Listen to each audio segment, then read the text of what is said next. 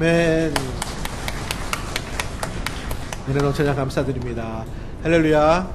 우리 양옆으로 인사하겠습니다. 예수님 부활하셨습니다. 예수님 부활하셨습니다. 할렐루야. 자, 오늘 말씀을 통해서 부활의 소식이 우리에게 기쁜 소식, 축복의 소식이 되시기를 축복합니다. 특별히 부활절 맞이해서 한 주간 동안 또 고난주간 특별 새벽기도에 함께 은혜 가운데 또 같이 많이 참여해 주셔서 또 감사드리고,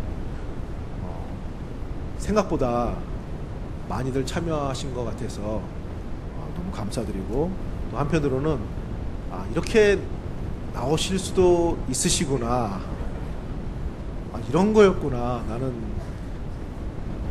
원천적으로 나올 수가 없는 환경에서라고 생각을 했는데 감사하기도 하지만 또 한편으로 뭔가 속은 느낌이 약간 있는, 어쨌든 이런 걸 계기로 해서 새벽기도 생활도 시작되시고 또 기도 생활이 풍성해지는 우리 성도님들 되시기를 축복합니다. 새벽기도가 쉽지는 않습니다. 목회자들도 사실 쉽지 않은 분들이 있습니다. 이제 또 체질적으로 이렇게 또 일찍 못 주무시는 분들 같은 경우에는 쉽지가 않거든요. 그렇지만 이제 반복이 되면 이제 습관이 되고, 이제 습관이 되면 이제 우리 몸의 일부가 되어서 매일은 아니더라도 이제 이렇게 또 도전할 수 있고, 일주일에 한 번이든지 뭐 한 달에 한두 번이라든지 이런 식으로 새벽기도 나름대로의 은혜가 있습니다. 그래서 좀 새벽기도가 더 풍성해지는 그런 시간이 됐으면 좋겠습니다. 어떤 선배 목사님이, 제 얘기가 아니고 선배 목사님 얘기입니다. 이제 새벽기도를 참 힘들어했습니다. 어떤 날 피곤한데 그래도 정한 시간에 가야 되니까 새벽기도를 인도하러 가셨습니다. 근데 이제 딱 강단에서 예배 때 보니까 성도님들이 자기를 보고 이렇게 뭔가 웃음을 참는다는 느낌을 받았습니다. 그래가지고 이분이 나 급하게 나오느라고 옷을 잘못 입었나? 그래서 보니까 양복 입었고 와이셔츠도 입었고 넥타이도 맸고 분명히 이제 얼굴 세면도 했고 특별히 문제가 없을 텐데 이렇게 왜 이렇게 웃으시지? 하고 얼굴에 뭐가 묻었나? 그래서 끝나고 나서 이제 방으로 갔습니다. 그리고 거울을 보았는데 세상에 넥타이를 목에다 맨 거예요. 목에다가. 그 얘기를 하면서 그런 새벽기도의 고충을, 제 얘기가 아닙니다. 저는 목 매지는 않습니다. 적어도. 그래서 그 성도님들이 얼마나 우리 목사님이 힘들어 하시는 이 힘든 와중에도 목을 메고 이렇게 나오시는가, 이렇게 은혜롭게 넘어갔다는 얘기를 들었습니다. 할렐루야. 나온다는 게 중요한 거죠. 뭘 매든지. 자, 부활의 의미를 말씀드리고자 합니다. 예수님이 십자가에 죽으시고 3일 만에 부활하셨습니다.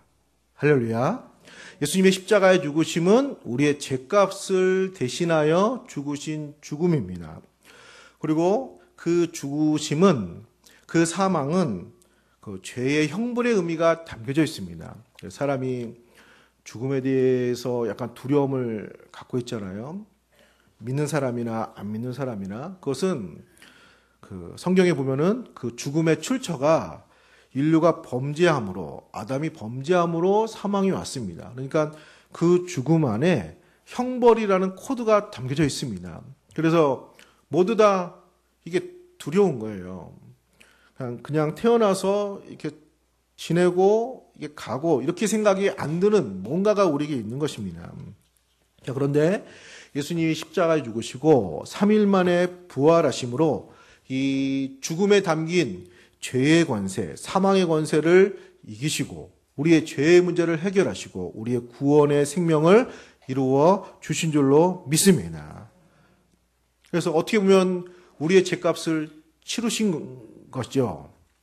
우리 죄값을 대신하여 마치 영혼의 감옥을 갔다 온 것 같은, 예수님이 계속 십자가에 달리셔서 죽으셔서 이렇게 사망에 있으시면 이게 해결이 된 것이 아니지만 거기서 나오심으로 이제 그것을 다 완성을 하신 것입니다. 죄값을 다 치르시고 우리에게 온전한 생명, 구원의 생명을 우리에게 주신 줄로 믿습니다. 그래서 예수님이 부활하신 후에 제자들이 모였을 때 오늘 말씀에 보면은 19절에 보면은 예수님이 그 두려움 가운데 있었던 제자들에게 오셔가지고 너희에게 평강이 있을지어다 말씀하셨습니다. 평강이 있을지어다.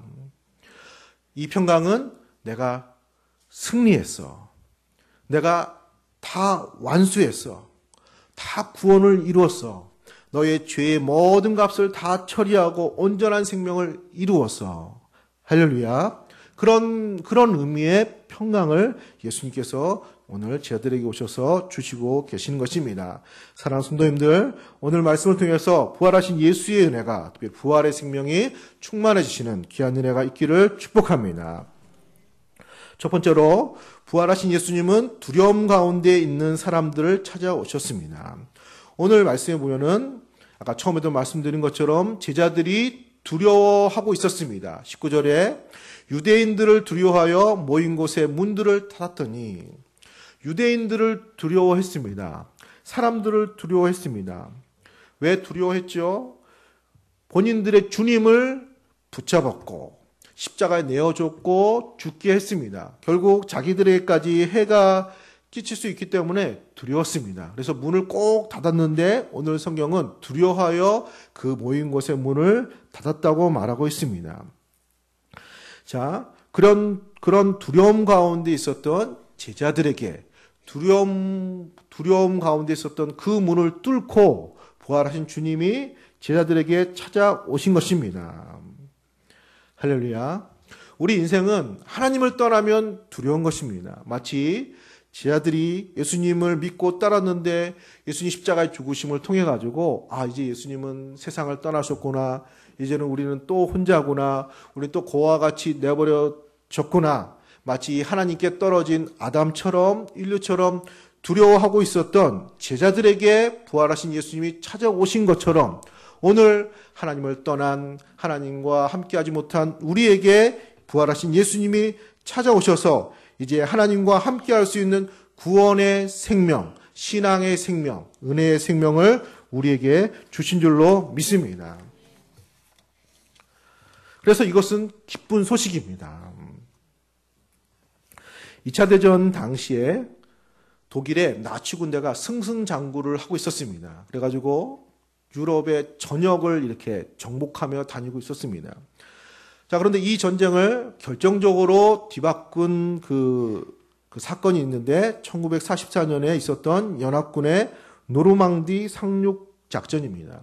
연합군이 노르망디 상륙 작전에 그 독일 군대를 결정적인 타격을 끼치게 되므로 이 전세가 역전이 되었습니다.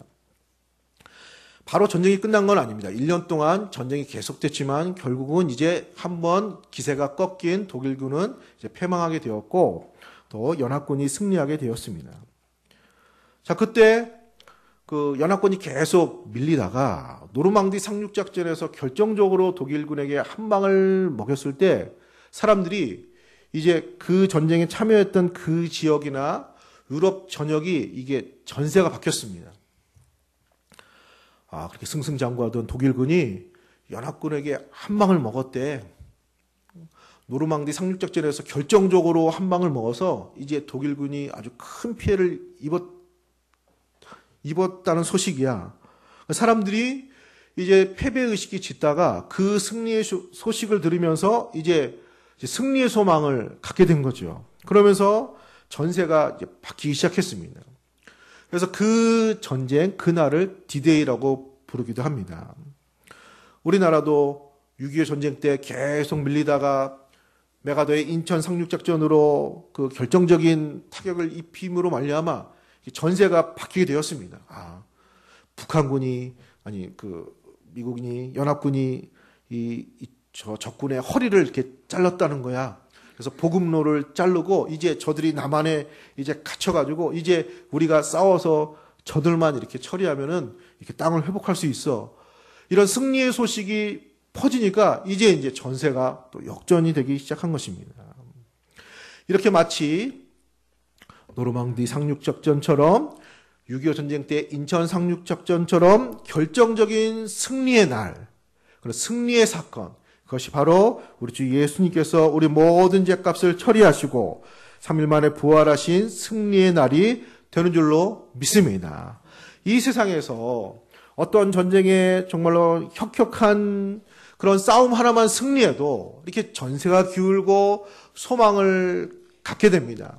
그러나 그것과는 비교되지 않는 사단의 가장 강력한 무기인 사망 권세를 예수님이 십자가로 처리하시고 이기시고 3일 만에 부활하셔서 승리하심으로 우리에게 온전한 승리, 결국 최종적인 승리를 줄 수 있는 그런 은혜와 믿음과 구원의 역사를 우리에게 주신 줄로 믿습니다. 그러므로 이 부활의 날은 우리에게 기쁨의 소식, 승리의 소식, 바로 승리의 날이 되는 것입니다. 마치 인천 상륙작전처럼 노르망드 상륙작전처럼 바로 모든 것이 해결된 것은 아니지만 이제 거의 승리한 것과 다름없는 그런 진짜 훌륭한 승리의 전쟁이 있었던 것처럼 예수님의 십자가의 죽으심과 부활로 우리의 구원의 승리, 구원의 확신, 구원의 완성이 우리에게 이루어지게 된 줄로 믿습니다. 그러므로 부활의 날은 우리에겐 승리의 소식이고 기쁨의 소식이고 감사의 날이 되는 것입니다.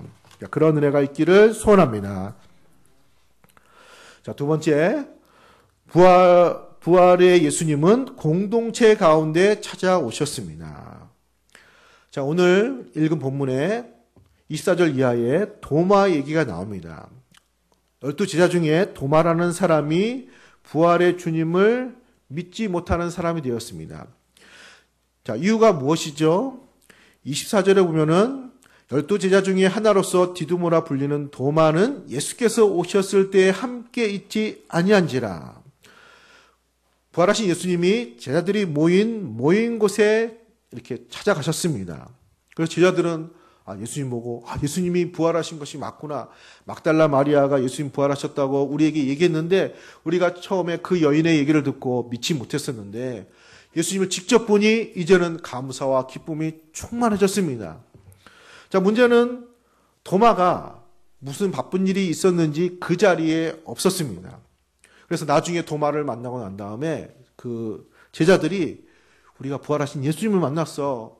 그분이 말씀하신 대로 3일 만에 살아나셔서 우리 가운데 찾아오신 거야. 이 기쁜 소식을 전하는데 도마는 그것을 믿지 못한다고 한사코 반대합니다. 반대하는 걸 넘어서서 내가 보지 않고는 못 믿을 정도가 아니라 내 손가락을 그의 손에 못 자국에 옆구리 한번 찔러봐서 내가 만져보고 확인을 해볼 거야.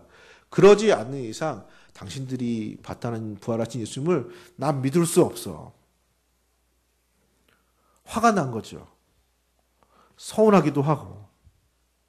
할렐루야. 자기만 안 만나주셨잖아요. 책임은 누구한테 있죠? 본인한테 있죠. 모인 곳에 같이 이렇게 있어야 되는데 이렇게 좀 빠져나왔다는 거죠. 그래서 내심 아마 서운하고 스스로 화가 났을 수도 있고 어찌됐든 도마가 예수님을 못 만나고 의심하게 된 결정적인 이유는 처음에 모였을 때 그 모인 자리에 예수님이 나타나셨는데 그 자리에 함께하지 않은 것이 결정적인 이유였습니다. 예수님이 은혜를 베푸셔서 다시 한번 나타나시는데 이번에는 도마도 같이 있을 때 함께 있을 때 예수님이 나타나셨습니다. 그리고 도마가 예수님을 확인합니다. 그리고 예수님께서 도마에게 이르십니다. 27절에 내 손가락을 이리 내밀어 내 손을 보고 내 손을 내밀어 내 옆구리에 넣어봐라. 그리하여 믿음 없는 자가 되지 말고 믿는 자가 되라. 내가 원하는 대로 내가 나타났고 그리고 내 손으로 나를 만져보고 확인해보고 믿음 없는 자가 되지 말고 믿는 자가 되라. 이때 도마가 감격하면서 예수님께 신앙 고백을 합니다. 28절을 같이 한번 읽어보겠습니다. 도마가 대답하여 이르되 나의 주님이시오 나의 하나님이시니이다. 아멘. 아, 예수님이 그렇군요. 예수님이 하나님의 아들이시군요. 예수님이 하나님이시군요. 나는 예수님이 하나님이라는 사실을 믿지 못해가지고 부활을 믿지 못했는데 예수님이 부활하신 것을 보니까 예수님 하나님의 아들이심, 하나님 아들 되심이 맞습니다. 하나님 되심이 맞습니다. 예수님 찬양합니다. 영광 돌립니다. 이런 고백을 하게 됩니다. 할렐루야. 그럼 이런 되게 아름다운 고백이거든요. 이 고백을 어떻게 할 수 있었을까요? 도마가 그 모임에 다시 참여를 한 것입니다. 그리고 그 모임 가운데 예수님이 나타나 주심으로 도마가 믿음 없는 자가 되지 않고 믿는 자가 된 것입니다. 사랑하는 성도님들, 특별히 부활하신 예수님이 모임 가운데 주로 나타났다는 사실을 기억을 해야 됩니다. 개인적으로도 나타난 경우가 있지만 많은 경우는 모임 가운데 나타나셨습니다. 이제 이후에 초대교회가 탄생합니다. 예수님께서 두세 사람이 내 이름으로 모인 곳에 나도 그들 중에 함께 하신다고 약속하시고 말씀을 하셨습니다. 그래서 예수님이 특별히 모임 가운데 있는 자들에게 더 은혜 주시고 충만해 주시고 그들이 믿음을 얻도록 하나님의 섭리 가운데 부활의 생명, 부활의 은혜를 나타나시고 알려주신 것입니다. 할렐루야. 제자들은 당시에 사도들로서 교회의 대표격이기 때문에 제자들이 모인 것은 곧 교회가 모인 것입니다. 자, 오늘 우리에게 적용을 해볼 때 우리가 개인적으로도 신앙생활 은혜로울 수 있습니다. 개인적으로 주님의 은혜를 경험하지 못하는 것은 아닙니다. 그러나 예수님은 교회 공동체를 귀하게 여기시고 또 모임 가운데 역사하시기를 기뻐하시는 분이시기 때문에 우리가 한 가족으로, 한 교회로, 한 공동체로 모이는 것을 기뻐하시는 주님이시기 때문에 우리들 모임 가운데 주님께서 주시는 은혜, 부활의 주님이 나타나시는 은혜, 축복하신 은혜가 우리 가운데 있게 될 줄로 믿습니다. 모임의 은혜가 있는 것입니다. 그래서 때로는 개인적으로 좀 침체될 때도 있고 또 약할 때도 있습니다. 신앙생활이라는 것이. 그렇지만 우리들의 모임에 꾸준히 참석하고 같이 교제하고 하나가 될 때 그 모임 가운데를 통해서 만남을 통해서 예배를 통해서 목장 모임을 통해서 또 믿음의 지체 관계를 통해서 우리 권사님들을 통해서 지사님을 통해서 장로님을 통해서 신앙이 회복되어지는 하나님의 놀라운 역사를 베풀어 주실 줄로 믿습니다. 모임 가운데 역사하시는 주님, 특별히 부활하신 예수님이 모임 가운데 나타났다는 사실을 기억하시고 늘 모임 가운데 부활하신 주님의 은혜가 경험되어지는 귀한 신앙생활 되시기를 축복합니다.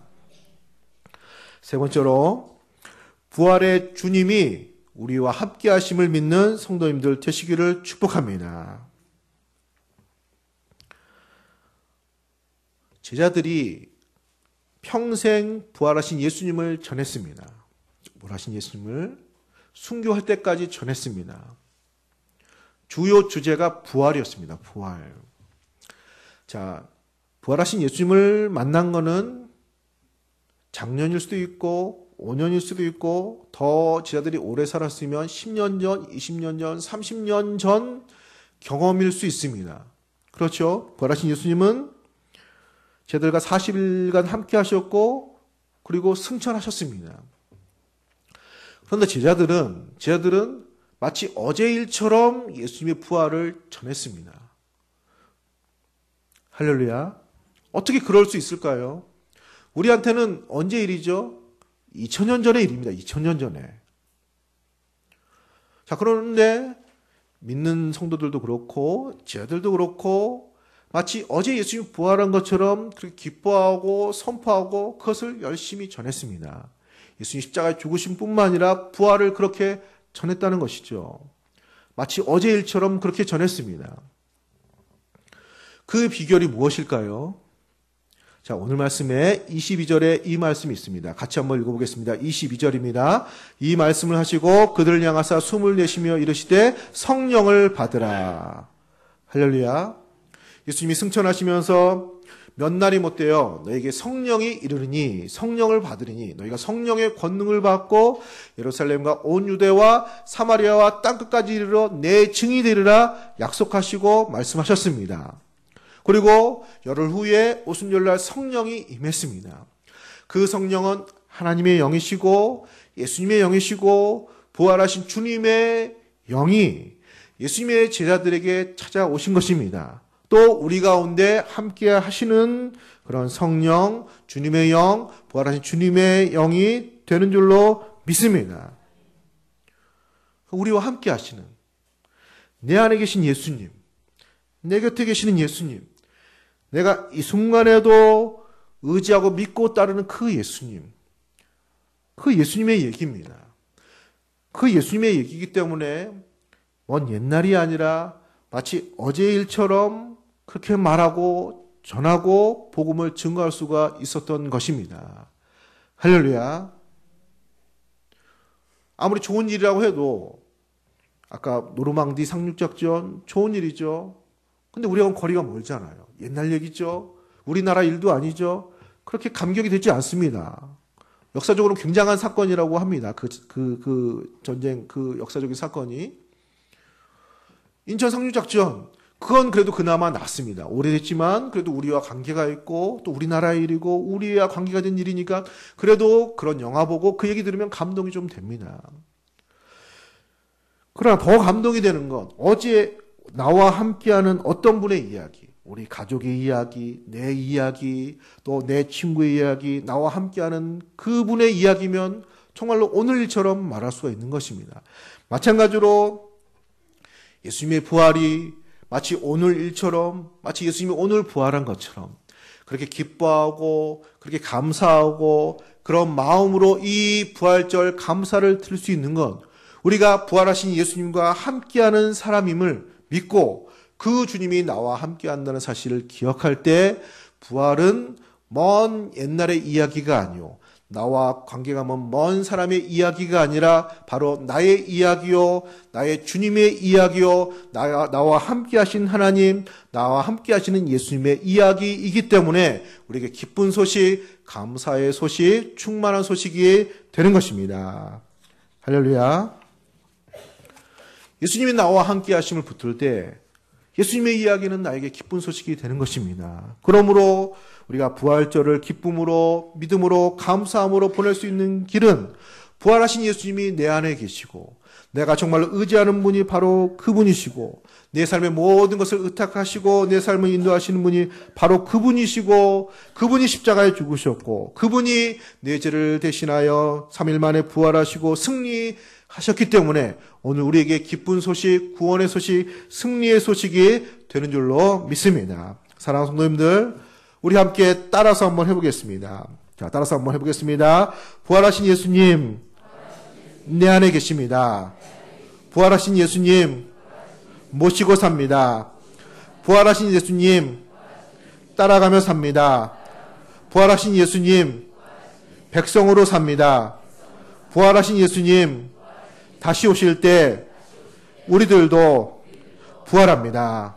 할렐루야. 이런 믿음의 고백이 있기를 축복합니다. 그럼 기쁜 소식이 되는 것입니다. 우리와 함께 하시는 예수님, 내가 믿는 예수님, 그분이 부활하셨기에 오늘 이 날은 1년에 한 절기가 아니요, 한 행사요, 그런 연례 행사가 아니라 우리가 정말 감사하는 날, 기쁜 날로 이 날을 지키게 될 줄로 믿습니다. 이런 은혜가 임하시는 성도님들 되시기를 예수님의 이름으로 기도합니다. 우리 시간에 한 목소리 기도하겠습니다. 하나님, 부활절이 우리에게 기쁜 날이 되기를 축복합니다. 하나님, 우리에게 있는 예수님, 우리 안에 계신 예수님, 그분이 십자가에 죽으셨고 그분이 부활하셨습니다. 이 은혜가 우리가 있게 될 수 있도록 늘 부활하신 주님, 우리와 함께 하심을 믿고 감사하게 하여 주옵소서. 이 시간 한 목소리로 기도하겠습니다. 거룩하신 우리 아버지 하나님, 은혜 주시므로 감사할 때